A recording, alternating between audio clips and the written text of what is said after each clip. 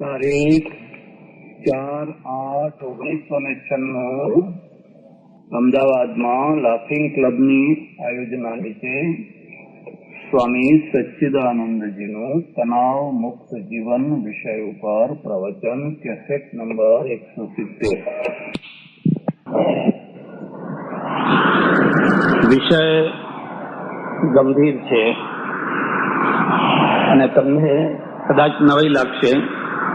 મારા પૂર્વે સ્લાઇડોના દ્વારા જે સરસ મજાનું માર્ગદર્શન આપવામાં આવ્યું અને ઘણું સમજાવવામાં આવ્યું, ખબર નહીં મારા ઉપર કોઈ ટેન્શન નહીં હોય કે મારી રુચિ નહીં હોય તો મને ઊંઘ જ આવી ગઈ.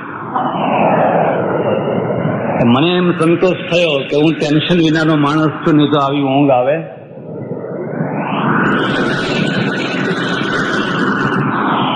જીવનની સાથે કેટલીક અનિવાર્ય બાબતો જોડાયેલી છે અને એમાંની કેટલીક બાબતો આપણા ઉપર ટેન્શન કરતી હોય છે. તમે મારી સાથે સંમત થાઓ કે ના થાઓ, પણ હું પોતે એમ માનું છું કે દરેક માણસને થોડુંક ટેન્શન તો હોવું જ જોઈએ. ટેન્શન વિનાનો માણસ છે એ કદાચ માણસ ના રહી શકે. થોડુંક ટેન્શન એને માણસ રાખવાનો પ્રયત્ન કરતું હોય છે. તમારી દીકરીઓ મોટી થઈ છે, પરણાવવી છે, છોકરાઓને પ્રવેશ મેળવવો છે, નોકરી અપાવવી છે, દેવું થઈ ગયું છે, બધા જાત જાતના ટેન્શન હોય. જેને કશું જ ટેન્શન નથી હોતું એવા માણસોનું જો તમારે જોવું હોય તો નાગા બાવાની જમાત જોજો. આખો દિવસ ગાળો જ બોલતા હોય, ગાંજો ફૂંકતા હોય ને ગાળો બોલતા હોય અને એમ જ સમજતા હોય કે આખી દુનિયા છે બધી નકામી છે, મૂર્ખ છે, બેવકૂફ છે અને એમનું ધાર્યું કરાવતા હોય. મારો એવો અનુભવ છે કે માણસમાં જે દાપણ આવતું હોય છે એ થોડા ટેન્શનના દ્વારા આવતું હોય છે. પણ કોઈ એમ ના સમજતા કે હું તમારી આ ક્લબના વિરુદ્ધમાં બોલવા આવ્યો છું એવું કોઈ ના સમજી લેતા. તમારું એવું માનવું છે કે માણસમાં દાપણ આવતું હોય છે, ટેન્શનના દ્વારા આવતું હોય છે. માણસ જ્યાં સુધી પરણ્યો ના હોય ત્યાં સુધી તમે જોજો એકદમ હળવો હોય છે, એકદમ મુક્ત હોય છે. ઇઝરાયલમાં અમે હમણાં ફરી આવ્યા. છેલ્લા દિવસે અમારો ડ્રાઈવર બહુ સજ્જન, બહુ ભલો છોકરો હતો, 28 વર્ષનો. બહુ ઘણી વાતો કરી મારી સીટ ડ્રાઈવરની બાજુમાં. પછી એને મેં કહ્યું તું પરણતો કેમ નથી? એને બહુ સરસ જવાબ આપ્યો મને કે અત્યારે જેટલું કમાઉં છું એ બધું હું વાપરું છું અને પરણીશ ને એટલે આ બધું પેલીને આપી દઈશ તો એને ખૂટવાનું છે. એટલે જેટલા દિવસ આનંદથી રહી શકાય એટલા દિવસ રહેવું છે ને પછી તો હવે પરણવું જ છે ને, કે ના છૂટકે તો કોઈ રસ્તો નહીં રહે તો પછી પરણીશ એમ છે. પણ માણસ ડાયો થતો હોય, રાત્રે ભટકનારા, ગમે ત્યાં રખડનારા, ગમે તેવી ગાળો બોલનારા, એને દાપણ લાવવા માટેની આ પહેલી જગ્યા છે.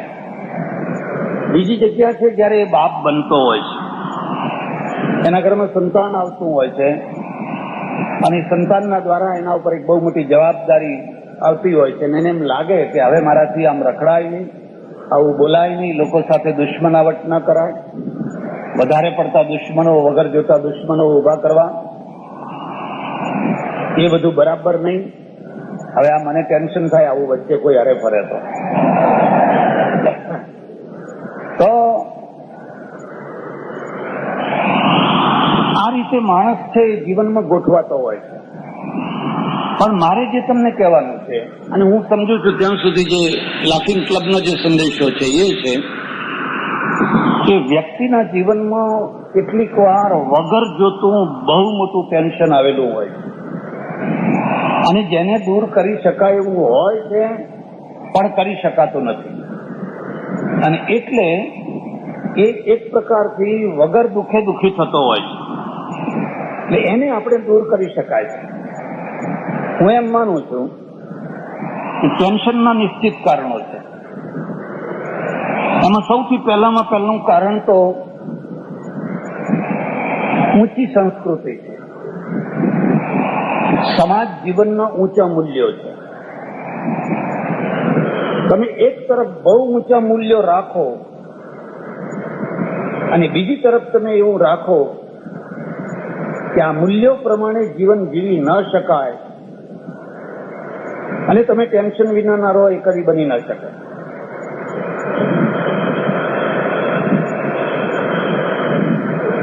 ભારતમાં અને પશ્ચિમમાં એ બહુ મોટો ફરક છે. એક પટેલના બંગલામાં ઉતરેલો તો અમે પાછળના વાડામાં નીકળ્યા. એમના માજી ડોશીમાં મારા ઓળખીતા, અંગ્રેજી જાણે નહીં, બાજુમાં અમેરિકન, અને અમેરિકન પતિ પત્ની બે પણ પાછળના વાડામાં નીકળેલા. પછી વાત થઈ અને વાતમાં પેલી બેને એમ કહ્યું, અમેરિકન બેને, કે આ મારા 5મા પતિ છે. ઓળખાણ આપી. એટલે પેલા માજીએ પૂછ્યું, મને કઈ શું બોલી? મેં કહ્યું રવા દો ને, તમારે કઈ સાંભળવાની શું તમારી ચિંતા છે? જે બોલી એ બોલી. ના ના એમ કહ્યું. કહો મને, તમે કેમ હસ્યા બધા? મેં કહ્યું એને એમ કહ્યું કે આ મારો 5મો પતિ છે. હે મુઈ મુઈ રાડ મર મર એમ કે શરમે આવે છે ને એમ કે. એટલું સારું છે કે આનું ગુજરાતી પેલી સમજતી નથી. નહીં તો મુઈ મુઈ ને મર મર ને એનો શું અર્થ કરે એ કઈ કહી ના શકાય. પેલી 5 પતિ કરીને 5મા પતિ સાથે રહે છે, પણ એને કોઈ ત્રાસ નથી, કોઈ ટેન્શન નથી, કે બે આબરૂ થવાનો કોઈ પ્રશ્ન નથી.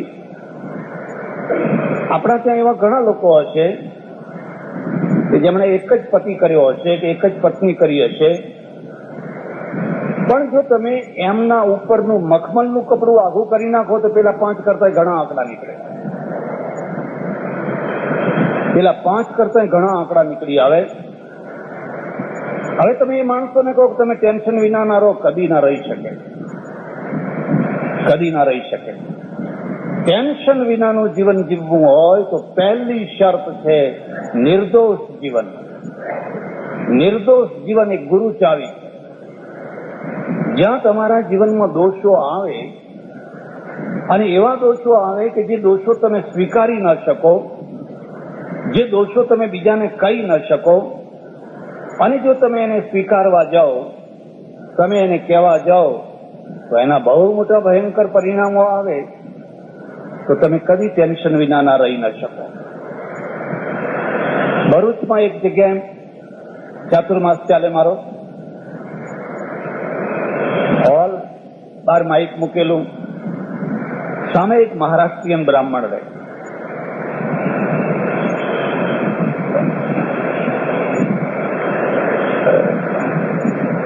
પ્લીઝ, મારું મગજ કામ કરતું હોય છે, એના ઉપર ટેન્શન ના કરો, એને બ્રેક ના મારો. તો તમને ખબર નથી તમે શું કર્યું. પ્લીઝ, હવે ઉભા નહીં થવાનું. પ્રવચનો ચાલે, 1 મહિનો થયો હશે.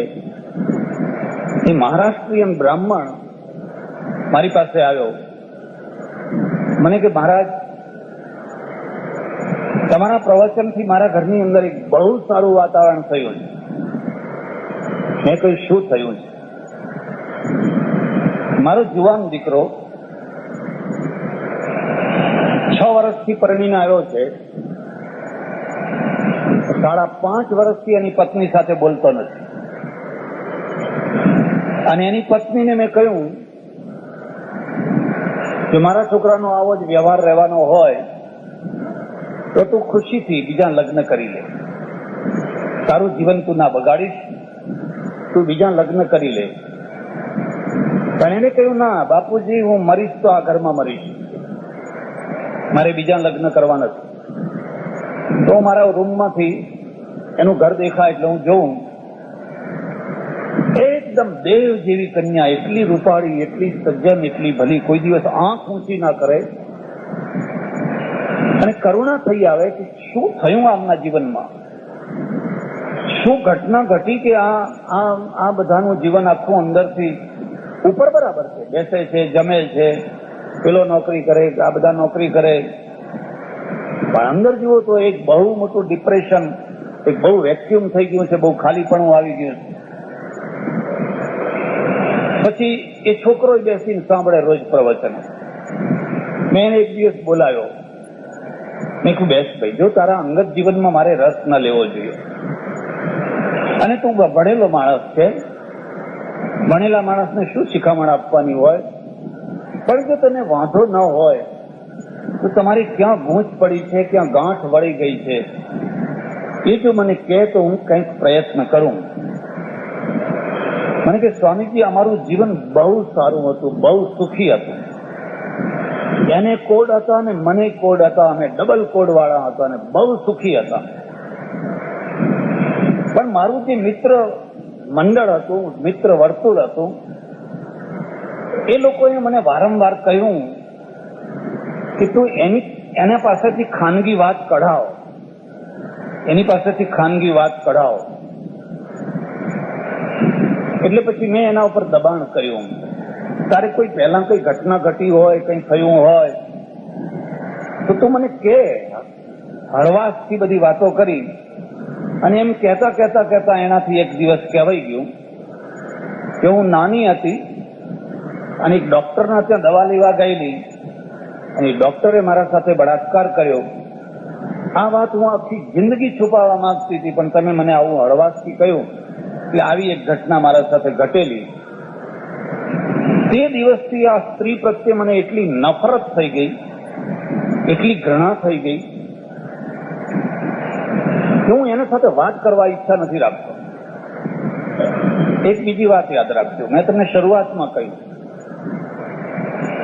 જીવનમાં ઊંચા મૂલ્યો રાખવા એ આદર્શ વાત છે,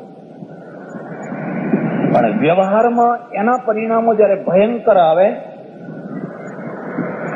ત્યારે પરિણામોને ભોગવવા સરળ વાત નથી હોતી. 5.5 વર્ષથી આવું રહે છે બધું. અમે બોલતા નથી, એમ બિલકુલ અમારે કોઈ રુચિ જ નથી, રસ જ નથી, રસ આખો ઉડી ગયો. પછી મેં એને એક પ્રશ્ન પૂછ્યો. મેં કહ્યું, માન એની સાથે તો જબરજસ્તી આવું થયું, અને હું એમ માનું છું કે એક સર્પ આવીને કોઈને કરડી જાય તો એમાં સર્પનો દોષ છે, જેને એ સર્પ કરડ્યો હોય એનો દોષ નથી. સર્પ કરડીને ચાલતો થઈ ગયો, તમારી તાકાત હોય તેને ઠેકાણે પાડો તો બીજાને ના કરડે.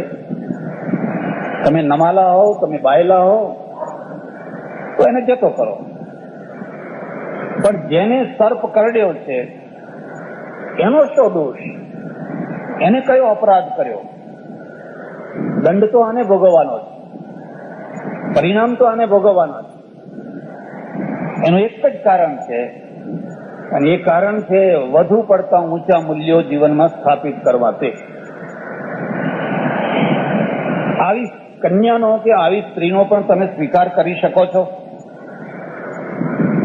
મેં કહ્યું, માન એ જ બેને તને પૂછ્યું હોત અને તારાથી આવી કોઈ ભૂલ થઈ હોત અને તે એને સંભળાવી હોત કે ભાઈ મારે આવું એક થઈ ગયું છે, તો એ શું કરો? એ તારો ત્યાગ ના કરો, એ વધુમાં વધુ એવી અપેક્ષા રાખો કે હવે ફરી તમે આવું કરશો, ફરી તમે આવું ના કરશો. એવું જ કરો ને? અને કે હા. પછી ઘણી વાતો તમે રામાયણમાં જોશો, રામે અહલ્યાની પુનઃ પ્રતિષ્ઠા કરી.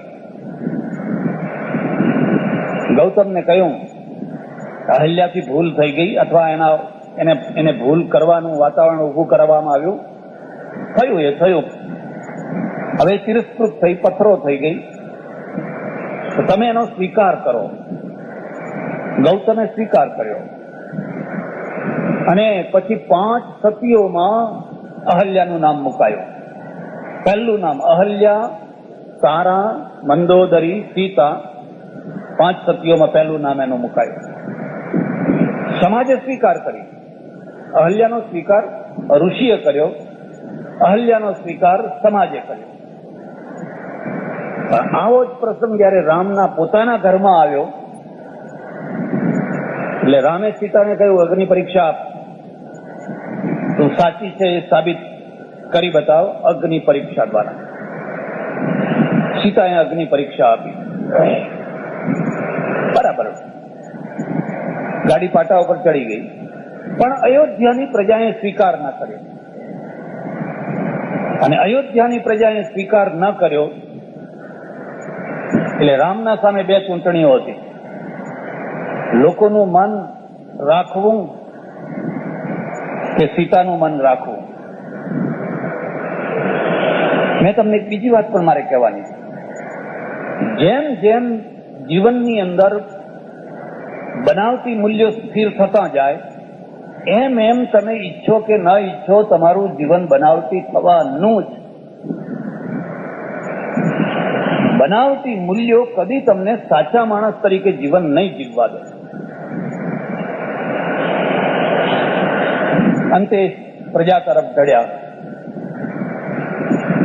અને લક્ષ્મણને કહ્યું કે આ સીતાને મૂકી આવ જંગલમાં, જ્યાં હિંસક જાનવરો હોય એવી જગ્યાએ ઉતારી આવો. આ સ્ત્રી હશે ત્યાં સુધી હું આ પ્રજાની નજરમાં કદી પણ સારો રાજા નહીં થઈ શકું અને મારે એક આદર્શ રાજા થવું. પેલી આદર્શ પત્ની થઈ, કારણ કે એને વન નતું મળ્યું. 14 વર્ષની વનનું તો રામને મળ્યું, પણ એ આદર્શ પત્ની થઈ કે મારા પતિના પાછળ પાછળ હું કાંકરામાં, જંગલોમાં, કાંટામાં, ઝાડ જંગલમાં બધે ફરીશ. લક્ષ્મણ ઉતારી આવ્યો. એક સામે એટલી નાની દલીલ થઈ શકે, માફ કરજો કોઈને ખોટું લાગે તો, એ જંગલમાં ઉતારવાની જગ્યાએ હરિદ્વાર, ઋષિકેશ, કાશી, કોઈ તીર્થધામમાં મકાન રાખીને વ્યવસ્થા ના થઈ શકી હોત. ત્યાગ કરવો જ હતો, ત્યાગ વિના બીજો રસ્તો જ નતો, તો એવું થઈ શકે ને. એમને તમે હરિદ્વારમાં એકાદ મકાન રાખી આપો, આપણે વર્ષાસન આપશું, એનો નિર્વાહ ચાલે. પણ એ બધું ના થયું. એના પરિણામ ભારતની પ્રજા ભોગવે છે. કારણ કે પ્રત્યેક સ્ત્રીને અગ્નિ પરીક્ષા આપવી જોઈએ. મારે તો એક પટેલ આવેલા 2 વર્ષ પહેલા, એમની દીકરી પરણાવવા માટે. પછી મેં એમને વાત કરી, મેં કીધું જો ઇંગ્લેન્ડમાં અને ભારતમાં શું ફરક છે હું તમને બતાવું. ઇંગ્લેન્ડમાં કોલેજની કોઈ કન્યા કે ફેક્ટરીની કોઈ કન્યા ગમે તે, જ્યારે એના લગ્ન થવાના હોય ત્યારે પોતાના બોયફ્રેન્ડના ફોટા બતાવે પેલાને. જો આ મારે બોયફ્રેન્ડ હતો, આ મારો બોયફ્રેન્ડ હતો, એને બોલાવે, લગ્નમાં બોલાવે. આપણે ત્યાં સત્યમેવ જયતે બોર્ડ ઉપર છે, સાચું બોલી શકાય એવું છે જ નહીં. એ કોલેજની છોકરી ખાલી બાંકડા ઉપર કોઈની સાથે એક ટાઈમ બેઠી હોય અને થોડી હળવાશની વાતો કરી હોય, એટલી વાત એને આખી જિંદગી છુપાવવી પડે. અને જો એ એટલી વાત એ ન છુપાવી શકે તો એનું જીવન તો ધૂળધાણી થઈ જાય, તો રગદોળી જાય. કારણ કે આપણે બહુ હાઈ લેવલ, બહુ ઊંચા લેવલની વાતો કરીએ છીએ અને એ જગ્યાએ આપણા પગ પહોંચતા નથી. મારો પગ ન પહોંચે એની મને ચિંતા નથી, તમારા માણસોનો પગ પહોંચાડવો જ જોઈએ. હાડકું તોડીને પણ પહોંચાડો, એ જગ્યાએ ના પહોંચતા હોય તો ગમે એમ કરીને પણ પહોંચાડો. આમાંથી બહુ મોટા પ્રશ્નો ઊભા થતા હોય છે. આત્મહત્યા કોણ કરતું હોય છે? કોઈ ભિખારી કદી આત્મહત્યા નથી કરતો. હા, એ ટાઢે ઠરીને મરી જાય, ભૂખે મરી જાય, એ રેલમાં તણાઈને મરી જાય, પણ આત્મહત્યા કદી કોઈ ભિખારી નથી કરતો હોતો. આત્મહત્યા તો એ લોકો કરતા હોય છે જે ટેન્શનને સહન નથી કરી શકતા હોતા. અને ટેન્શન શાનું હોય છે? આબરૂ જવાનું ટેન્શન,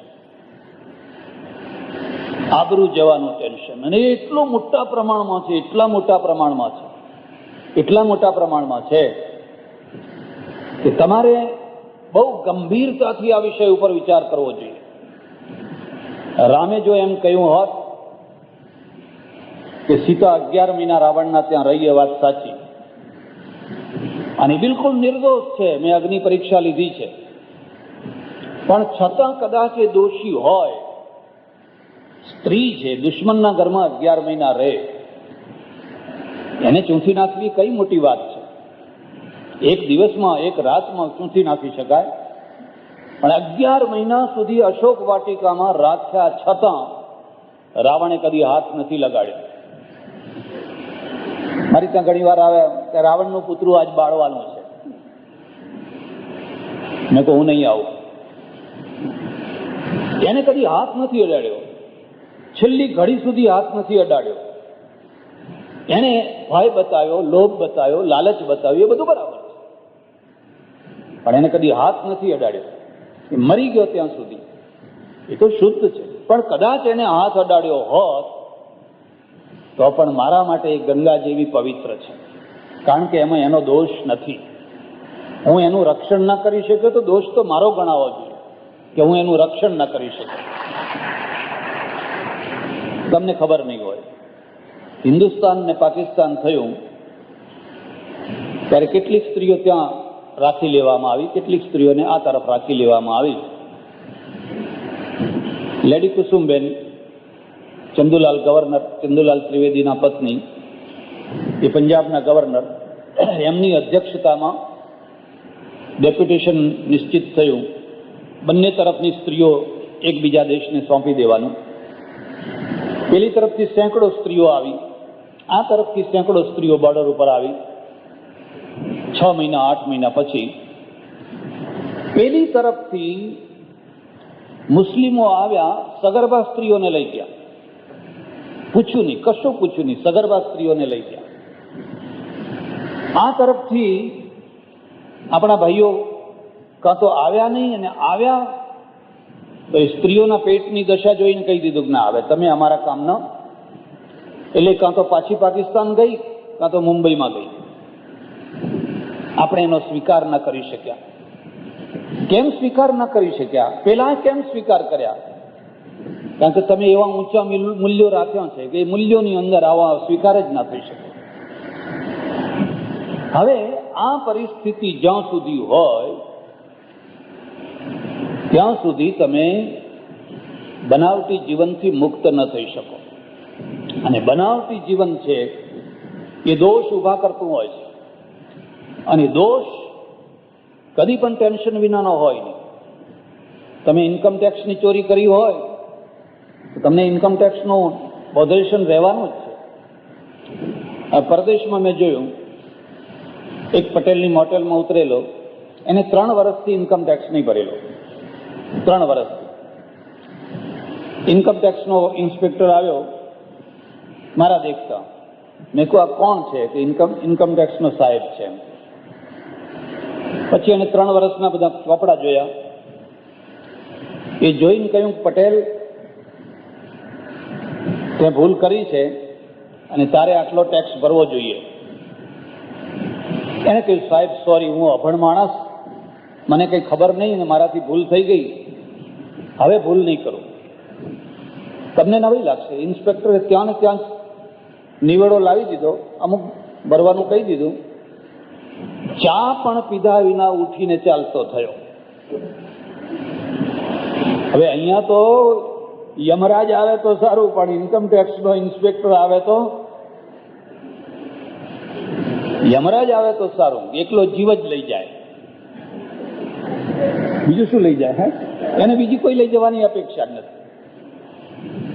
આપણે તો ટેન્શન જ ટેન્શન ઊભા કર્યા છે. એક બીજી જગ્યાએ ઉતરેલો, એ મોટેલ, 11, 11:30 વાગેલા. પોલીસની મોટર આવી, ચમ ચમ ચમ ચમ કરતી, હુ હુ હુ હુ. આંખ ઉઘડી ગઈ, બારીમાંથી જોયું તો થોડે દૂરના રૂમમાં પોલીસે કાચ તોડીને અંદરથી માણસને પકડ્યો અને લઈ ગયા. એ બધું થયું. સવારે મેં પૂછ્યું માલિકને, મારા ઓળખીતા, મેં કહ્યું શું હતું?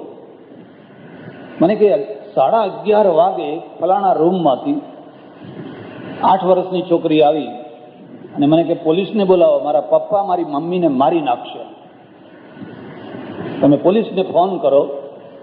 તો મેં કહ્યું જો આ ફોન પડ્યો તું તારી જાતે કર, હું નહીં કરું. એને ફોન કર્યો, તરત જ 3 મિનિટે પોલીસ આવી ગઈ. પેલો ખોલતો નતો, કાચ તોડ્યો અને પછી અંદર ગયા, બધું પતી ગયું. મેં કહ્યું કેમ આવું કેમ થતું હતું? મને કે હું ઓળખું છું, આ લોકો ઘણી વાર અહીં ઉતરે છે. પેલી જે સ્ત્રી છે એને કેટલાય લગ્નો કર્યા, પણ આ પુરુષ છે એનાથી એને સંતોષ થયો. આ છોકરી એની નથી, એ કોઈ આગળના પુરુષોની. હવે આ પુરુષ એને મારે છે, એ માર થઈને પણ આની સાથે રહેવા માંગે છે. જયારે એની છોકરી અહીં ફોન કરવા આવી તો એ ઉલટી છોકરીને લડતી હતી, તો ફોન કેમ કર્યો? એટલે એનો ઘરવાળો તો નતો ખોલતો, પણ એ પોતે રૂમ નથી ખોલતી એમ. તો મેં કહ્યું તમને કે અમારે કઈ લેવા દેવા છે? એ રૂમ જાણે ને પોલીસ જાણે, અમારે તમે રૂમ ભાડે આપ્યો, અમારે કઈ લેવા દેવા નહીં. મેં કહ્યું ભારતમાં જો પોલીસ આવે ને તો પહેલા તમને જ પકડે, અને તમને પકડે એટલે એવા પકડે કે 5-7 વર્ષ સુધી તમને અહીં તો નામ લખાવાના પૈસા લે છે ને નામ કઢાવવાના પૈસા લે. પહેલા એવું નામ લખવાનું કે નામ કઢાવવા આવે, અને નામ કઢાવવા આવે એટલે ખંખેરવાના, જેટલા ખંખેરા એટલા. હવે તમે વિચાર કરો, આપણે જે જીવન પદ્ધતિ વિકસાવી છે એ જીવન પદ્ધતિની અંદર તો ટેન્શન જ ટેન્શન. ઘણા લોકો મને એમ કે તમે પશ્ચિમના વખાણ કેમ કરો છો? મેં કહું ભાઈ એક જણાને તો વખાણ કરવા દો, હવે તમે બધા ભારતના જ વખાણ કરો છો. મહાન મહાન મહાન મહાન. અહીંયા તો દીકરી પરણાવવી હોય તો ટેન્શન, અને પરણાવી લઈને એના સાસરાના ત્યાં રાખવી હોય તો ટેન્શન, કારણ કે પાછી ના આવે ને. એ ક્યારે પાછી આવે કંઈ કહેવાય? પાછી આવે એટલે કંઈક લેતી જાય પાછી, વળી પાછું કંઈક આપો તો. છોકરા પરણાવવા તો ટેન્શન, ભણાવવા તો ટેન્શન, નોકરીની ટેન્શન. એવી કોઈ બસમાં કે ટ્રેનમાં જવું હોય તો ટેન્શન, કે કારણ બુકિંગ જ નથી, જગ્યા જ નથી મળતી જ્યાં જુઓ તો. આપણે એક એવી જીવન પદ્ધતિ વિકસાવી છે જેને નામ ઊંચું આપ્યું છે, ને આપણું લોહી પીવે છે, એ આપણું લોહી પીવે છે. તમારે પહેલામાં પહેલી તો આ વાત કરવી જોઈએ કે તમે નિર્દોષ જીવન જીવી શકો એવી એક પદ્ધતિ વિકસાવવાની. અને તમે નિર્દોષ હોવ છતાં તમે દોષી બની જાઓ, છતાં તમે કલંકિત બની જાઓ, છતાં તમે શાપિત બની જાઓ, છતાં તમે પાપી બની જાઓ, એવું બધું વિકસાવીને બેઠા હો. થોડો ટાઈમ તમે ગમે એમ હા કરો, પણ પ્રશ્નોનો ઉકેલ ના આવે ત્યાં સુધી ટેન્શન મટતા નથી હોતા. ટેન્શનનો એક જ નિવેડો છે, પ્રશ્નોનો ઉકેલ આવવો છે, અને પ્રશ્નોનો ઉકેલ લાવી શકાય છે. મારે આશ્રમમાં 6-7 વર્ષ પહેલા 18-20 વર્ષનો એક છોકરો આવ્યો. હું 1:30 વાગે ઉપરથી આરામ કરીને મેં અમને જોયું, બાંકડા ઉપર બેઠેલો, એનો ચહેરો ઉતરી ગયેલો. હું સમજી ગયો આવા ઘણા કેસ આવે. એની પાસે ગયો, મેં કહ્યું ભાઈ તું ક્યાંથી આવે છે? મને કે ઉત્તર ગુજરાતમાં વિજાપુર તાલુકામાં ફલાણા ગામ. તું જમ્યો નથી લાગતો? મને કે ના. ચાલ જમી લે. મને કે ના જમવું નથી, ભૂખ નથી. મેં કીધું ભલે ભૂખ ના હોય, ચાલ તું થોડું જમી લે. એને જમાડ્યો, પછી બેસાડ્યો. બોલ તું કેમ આવ્યો છે? મને કે આવ્યો છું ખરો, પણ કંઈ બોલી શકાતું નથી, મારાથી કંઈ કહી નથી શકાતું. હું એક બહુ મોટું ભયંકર પાપ કરવા નીકળ્યો છું. તમારા થોડા પુસ્તકો વાંચ્યા છે, અને એના કારણે હું આવ્યો છું, પણ મારાથી આ વાત કહેવાતી નથી કે હું શી રીતે આ વાત કહું. હશે કીધું કંઈ વાંધો નહીં, ના કહેવી હોય તો ના કહે. આ બીજી વાતને સમજજો. તમને ઢીલું મૂકો તો પેલો કડક થાય ને તમે કડક થાવ તો પેલો ઢીલો થાય. પછી કે એમ કરો તો કે નહીં કહું. સારું કીધું, ના કે ચાલ જવા દો, તારે સુઈ જવું છે કીધું. હવે વાત એવા પોઈન્ટ ઉપર આવી છે કે બહાર નીકળ્યા વિના રહેવાની જ નથી. એને તો કેટલા વર્ષોથી વાત દબાઈ રાખી છે. પછી ધીરે ધીરે એને વાત શરૂ કરી. મને કે હું જ્યારે 6 વર્ષનો હતો મારા પપ્પા ગુજરી ગયા. અમારે દુકાન હતી, પેઢી હતી. હું જ્યારે 6 વર્ષનો હતો ત્યારે મારી મમ્મી 28 વર્ષની હતી. દુકાન બંધ પડે, પેઢી બંધ પડે, બહુ મોટી જાહો જલાવી. પણ અમારા મુનિમ સારા હતા અને સારા મુનિમે અમારી પેઢી સાચવી લીધી, આજ સુધી સાચવી લીધી. મારા પપ્પા કરતા સવાઈ કરી દીધી. બહુ ખાનદાન માણસ, બહુ ભલો માણસ, બહુ સારો માણસ. પણ એમાં બન્યું એવું કે મારી મમ્મી ને મુનિમ છે બંને એક સંબંધ ઉપર પહોંચી ગયા અને હવે 18-20 વર્ષની ઉંમરે મારી નજરે આ બધું આવ્યું. એટલે હું છેલ્લા કેટલાય સમયથી હું વિચાર કરતો હતો કે મારે શું કરવું. અંતે હું એ નિર્ણય ઉપર પહોંચ્યો કે મારે મારા મમ્મીને મારી નાખવી, હત્યા કરવી ને પેલા મુનિમને મારી નાખવું. એ બેયને મારે મારી નાખવા. આ મારી નાખવાનું આપણે શીખવાડ્યું છે.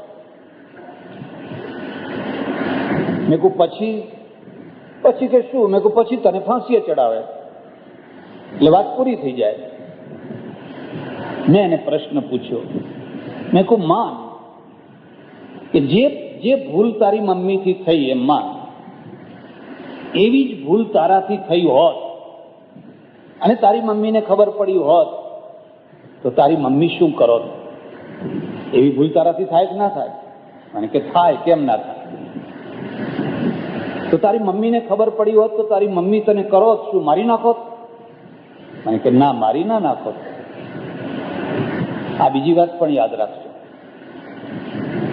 ભારતમાં બગડેલી સ્ત્રીને પુરુષ મારી નાખે છે અને બગડેલા પતિને એની પત્ની બમણો પ્યાર કરે છે. મારી નથી નાખતી, બમણો પ્યાર કરે છે.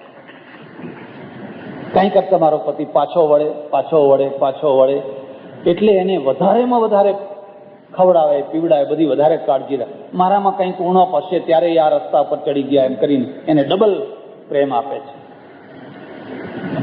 મને કે સુધારવાનો પ્રયત્ન કરો, મને સાચા રસ્તે લાવવાનો પ્રયત્ન કરો. તો મેં કહ્યું તું મોટો કે તારી મમ્મી મોટી? તું તારી મમ્મીને સુધારવાનો પ્રયત્ન કર. તારી મમ્મી તને સુધારવાનો પ્રયત્ન કરો અને તારું જીવન વધારે સારું સુખી બનાવો તો તું તારી મમ્મીને સુધારવાનો પ્રયત્ન કર. ખરેખર તો સાચી વાત એ છે, માફ કરજો તમે મારી વાતને સ્વીકારો કે ના સ્વીકારો, એની મમ્મી બગડી જ નથી. સમાજે એને પુનર્લગ્ન નથી કરવા દીધું એટલે એ બગડી છે. અમારા સમાજમાં પુનર્લગ્ન થતું નથી. એને પુનર્લગ્ન નથી કરવા દીધું એટલે 28 વર્ષનું એનું જોવન છે. બીજી તરફ પેલો મુનિમ પણ સારો માણસ છે, ખરાબ માણસ નથી. પણ પરિસ્થિતિએ અંદરની જે આવશ્યકતાઓ છે, અંદરની જે આગ છે, આગે આ બંનેને એક પોઈન્ટ ઉપર ધકેલી દીધા છે અને એમાંથી આ બધું થયું છે. હવે આપણે બધાને પાપી સારું, આપણે તો તોય સારા છે. પાકિસ્તાનમાં તો પથ્થરે જ મારે, આખું ગામ ભેગું થઈને પથ્થરે મારે. એટલે તું તારી મમ્મીને સુધાર. એક દિવસ બેસ અને કે મમ્મી જે થયું એ થયું, હવે તમારા આગળ 2 રસ્તા છે. આ તો તમે બંને લગ્ન કરી લો, યા તો મુનિમને છૂટા કરો અને હવે તું મને સ્વીકાર કર. હું તારો દીકરો, તારા ઘરમાં વહુ આવશે, તારે સાસુ થવાનું છે, તો તું મને સ્વીકાર કર. અને જો એ કરવા ના થાય તો તું કે હવે મારે આ તારા સાથે કંઈ લેવા દેવાય, તું ચાલતો. મારવાની વાત ના કર. હું જેમ જેમ નિરીક્ષણ કરું છું એમ મને લાગે છે કે આપણે એવું એક બનાવટી જીવન બનાવીને બેઠા છીએ. વિવેકાનંદે લખ્યું છે એક જગ્યાએ કે સંન્યાસીઓ સાંજ પડે તો બહાર નીકળીને થોડો વોલીબોલ ખેલો, રમત રમો, કૂદો, હસો. બહુ સારી વાત લખી છે. પણ હસવો કેવી રીતે? વોલીબોલ રમવો કેવી રીતે? હવે તમે અમદાવાદથી 5-10 માણસો મારા દર્શન કરવા આવ્યા હોય અને હું વોલીબોલ રમતો હું, તમને કેવું લાગે? પૂછો કોઈને, મહારાજ ક્યાં ગયા? પેલા વોલીબોલ રમે છે. હા હા હા હા. તો હવે વોલીબોલ જ રમવો તો પછી સાધુ શું કામ થયા? કહો તો પલાઠી વાળીએ, તમે કહો તો નાક પકડીએ, તમે આંખો તો આંખ બંધ કરીએ. અમારું આખું જીવન બનાવટી બનાવી દીધું. એટલે પછી અમે શું કરીએ ખબર છે? એક માણસને બેસાડી રાખીએ, કોઈ માણસ આવે એટલે કોડ વર્ડ કરે કે આવ્યા એટલે આમ આમ બેસી જવાનું, નાની માળા હાથમાં રાખવાની, આમ બેસી જવાનું, અડધી આંખો મીચાયેલી રાખવાની, અને જાણે કોઈ પરમ લોકમાં જઈને આવ્યા હોય ને એવો દેખાવ કરવાનો કે ઓ તુમ આયે હો. એટલે લોકો કહે ઓહો મહારાજની ભૂમિકા બહુ ઊંચી છે. શા માટે આ બધું કરીએ? એટલા માટે કે બનાવટી જીવન જ આપણે બનાવીને બેઠા છે. અરે એ બધી વાત જવા દો, હું ખાલી કેળું ખાતો હોઉં ને, અને મને કેળું ખાતો તમે જુઓ ને આવો તો કે ઓહો મહારાજ તો ખવધરા લાગે છે કે જ્યારે જુઓ ત્યારે ખાખા જ કરતા હોય છે. તો મારે એક બનાવટી જીવન જીવવું પડે લોકોને બતાવવા માટે. મારા ઓળખીતા એક મહાત્મા છે, બહુ અંગત ખાસ, એ વધારે ટાઈમ ભોંયરામાં રહે છે. એટલે મેં એમને એકવાર પૂછ્યું કે તમે આખો દિવસ ભોંયરામાં કેમ રહો છો? મને કે લોકો દર્શન કરવા આવે એટલા માટે. તમે કોઈ બહાર બેસવાનું હોય ને, કે બહાર બેસનારના કોઈ દર્શન ના કરે, બહાર બેસનારના કોઈ દર્શન ના કરે. તમે જોવું હોય તો જોજો, તળેટીમાં મંદિર હોય ને ત્યાં કોઈ દર્શન કરવા ના જાય, ઉપર જ દર્શન કરવા જાય. પાવાગઢ ચડીને દર્શન કરવા જાય, બાકી તળેટીમાં કાળકામાં બેઠા હોય તે કાળકામાં કોઈ 5 પૈસા નાખવા ના જાય. મને કે લોકો મારા દર્શન કરવા નથી આવતા, ભોંયરાના દર્શન કરવા આવે. એટલે તમારે અડધા કલાક માટે બહાર નીકળવાનું, અઠવાડિયે એકવાર નીકળવાનું, 2 મહિને એકવાર નીકળવાનું, 6 મહિને એકવાર, લાઈન લાગવાની બધી. તો કીધું તમે ભોંયરામાં કરો છો શું? તો મને કે ઊંઘું છું. અરે હું ભોંયરામાં ઊંઘો છો? તો તમારો બહાર બેઠેલો માણસ તો કહે છે કે મહારાજ સમાધિમાં છે. તો કે તમે જ નથી બધા શ્લોકો બોલતા કે નિદ્રા સમાધિ સ્થિતિ? આ નિદ્રા એ સમાધિ જ છે. એટલે આપણે આપણી ભાષામાં એને સમાધિ કહીએ, લોકોની ભાષામાં એને સમાધિ કહીએ છીએ.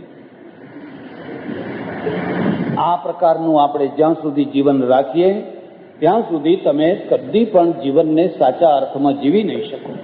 પશુઓને ટેન્શન નથી, એ બહુ સાચી વાત છે. ભય છે, ચિંતા છે, પણ ટેન્શન નથી. ભય થોડો રહેવો જોઈએ. છોકરો બાપથી ડરવો જોઈએ, પત્નીને પતિનો ડર લાગવો જ જોઈએ, અને પતિને પણ પત્નીનો ડર લાગવો જ જોઈએ. બોસનો ડર લાગવો જ જોઈએ. અત્યારે બોસનો ડર નથી એટલે બેંકમાં કામ નથી થતું. પેલો પટાવાળો કહે જાઓ સાહેબ જે કરવું હોય કરી લો. કોઈનો ડર નથી. ગાંધીનગરમાં આ દશા છે, કોઈને કોઈનો ડર જ નથી. કોઈને યુનિયનો એવા થઈ ગયા છે, કોઈ કોઈને કાઢી શકે એમ નથી, કોઈ કોઈનું કંઈ કરી શકે એમ. ભયાદ અસ્યાગ્નિસ્તપતિ ભયાદ તપતિ સૂર્ય ભયાદ અગ્નિશ્ચ વાયુશ્ચ મૃત્યોર્ધાવતી પંચમા. એ બધા ઈશ્વરના ભયથી બધું ચાલે છે. એમ તમારા અંદર, અને ભય મંગળકારી છે. ગુરુનો ભય શિષ્યને લાગવો જ જોઈએ, તે બચી જશે. માનો ભય છોકરાને લાગવો જ જોઈએ. મા આમ ડોળા કાઢે એટલે તરત જ પાછું વળવાનું છે. હવે તમે વિચાર કરો કે રબારીને ગાયો ચારવી હોય, ઘેટાં ચારવા હોય, અને એકેય ઘેટાને રબારીનો ભય જ ના લાગે તો એ ચરવાના શું? એ તો ભેલાણ કરવાના, અને ભેલાણ કરશે એના પરિણામ ભોગવવા પડશે. અને રબારી ડચકારો કરે છે એટલે તરત જ ગાય પાછી વળે છે, આમ આ લાકડી ઊંચી કરે છે.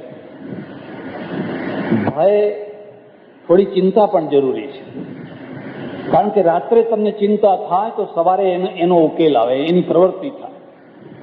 આ પ્રશ્ન ઉકેલવો પડશે, બહુ ગંભીર પ્રશ્ન છે. મારું એક પુસ્તક છે, તમારી ઈચ્છા થાય કોઈ વાર વાંચજો, આવેગો અને લાગણીઓ. આટલું નાનું સરખું છે પણ તમે વાંચજો. મેં એમ બતાવ્યું છે કે ઈશ્વરે જે બનાવ્યું છે બધું એની જગ્યાએ બરાબર છે. માણસ જ્યારે એમાં ઉમેરો કરે છે અને એ વધારે પડતો વગર જોતો ઉમેરો કરે છે, એમાંથી પ્રશ્નો ઊભા થાય છે. અને એ પ્રશ્નો ઉકેલી નથી શકાતા ત્યારે પછી એ મૃત્યુ સુધી પહોંચતો હોય છે, આત્મહત્યા સુધી પહોંચતો હોય છે. એમાં કેટલાય નિર્દોષ જીવન છે, નિર્દોષ જીવન છે. હમણાં પરમ દિવસે મારે ત્યાં એક સજ્જન આવ્યા, પટેલ. ચિઠ્ઠી આપી મને કે થોડુંક મારે વાત કરવી. ચહેરો સૂજી ગયેલો, ભારે થઈ ગયેલો. પછી મેં કહ્યું બોલો શું છે? ના કે મારે ખાનગીમાં મળવું છે. પછી ખાનગીમાં ગયા.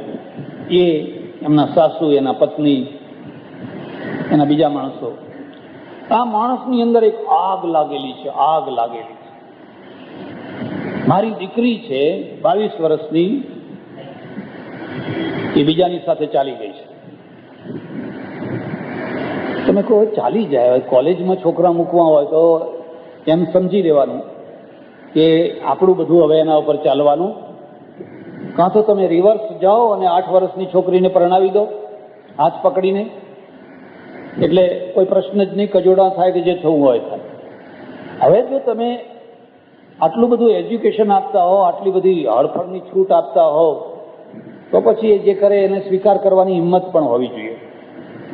આપણે નથી એને 8 વર્ષની દીકરીને પરણાવી શકતા, કે નથી એને 22 વર્ષની 25 વર્ષની છોકરીને એની ઈચ્છા પ્રમાણે પરણાવા દેતા. આપણે વચ્ચેમાં લટકી રહ્યા છીએ. ત્યારે સંસ્કૃતિનું નામ આપીએ. 8 વર્ષની છોકરી પરણાવતા હતા ત્યારે કઈ સંસ્કૃતિ હતી? 10 વર્ષની છોકરીને પરણાવી દીધા 60 વર્ષના ડોસાને. જ્યારે સતીઓ બનાવતા હતા ત્યારે કઈ સંસ્કૃતિ હતી?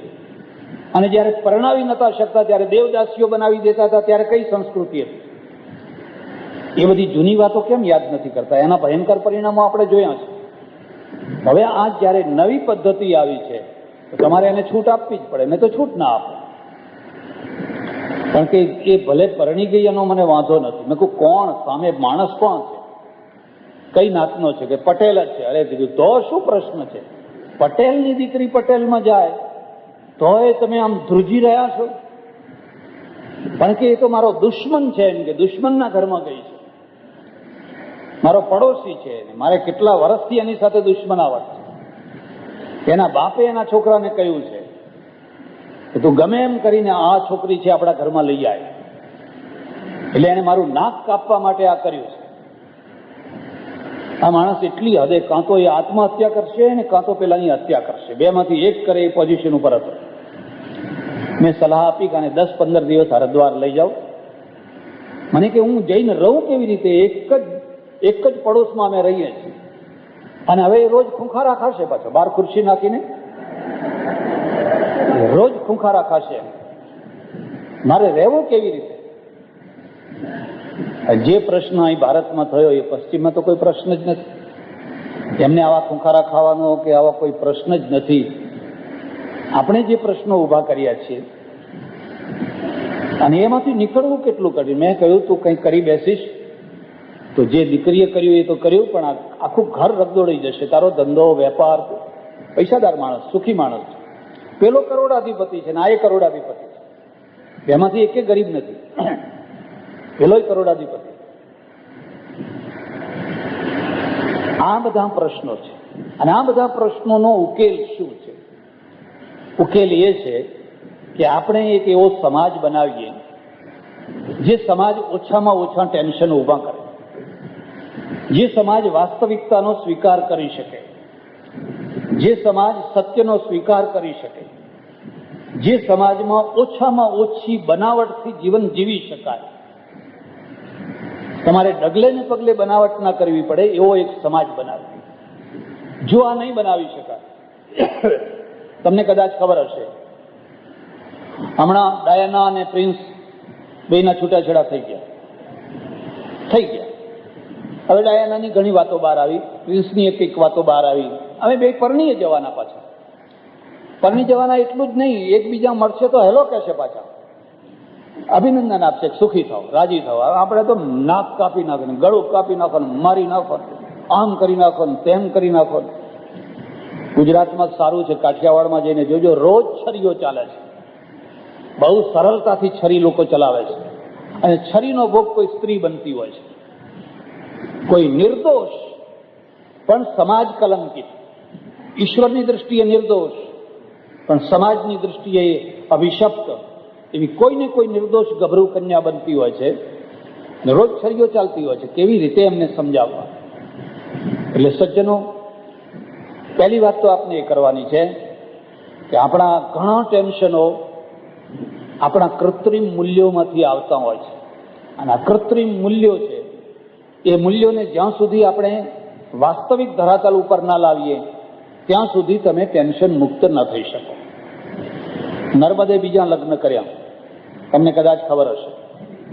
નર્મદા શંકર નાગર બ્રાહ્મણ, અને એ જમાનામાં એને વિધવા વિવાહનો પ્રયત્ન કર્યો. હું જ્યારે 18-19 વર્ષનો હતો, અમે બ્રાહ્મણો, અમારે ત્યાં વિધવા વિવાહ ના થાય. મેં એક પત્રિકા છપાવેલી વિધવા વિવાહ ઉપર, અને ત્યારે છાપીને મારા ખુદના પૈસે વેચેલી ગામમાં. અને તમને નવાઈ લાગશે કે મને સૌથી વધારે ગાળો વિધવાઓએ દીધી. વિધવાઓએ 18 વર્ષની, 20 વર્ષની, 25 વર્ષની વિધવાઓએ સૌથી વધારે, મારા રોયા, તારી માને પૈણાવ, અમને પૈણાવવા આવ્યો છે એમ કે સૌથી વધારે ગાળો દીધી. જોકે હવે અત્યારે ઘણું પરિવર્તન. પહેલા તો ગાળો ખાવી જ પડશે, પહેલા માણસે તો ગાળો ખાવી જ પડશે, અને દરેક પહેલા માણસે ગાળો ખાધેલી જ.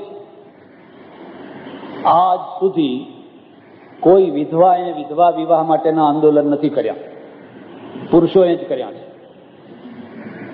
અને કોઈ સતી થનારી સ્ત્રીઓએ સતી પ્રથા બંધ કરવાના આંદોલન નથી કર્યા. રાજા રામ મોહન રાય પુરુષોએ જ કર્યા છે. અને અસ્પૃશ્ય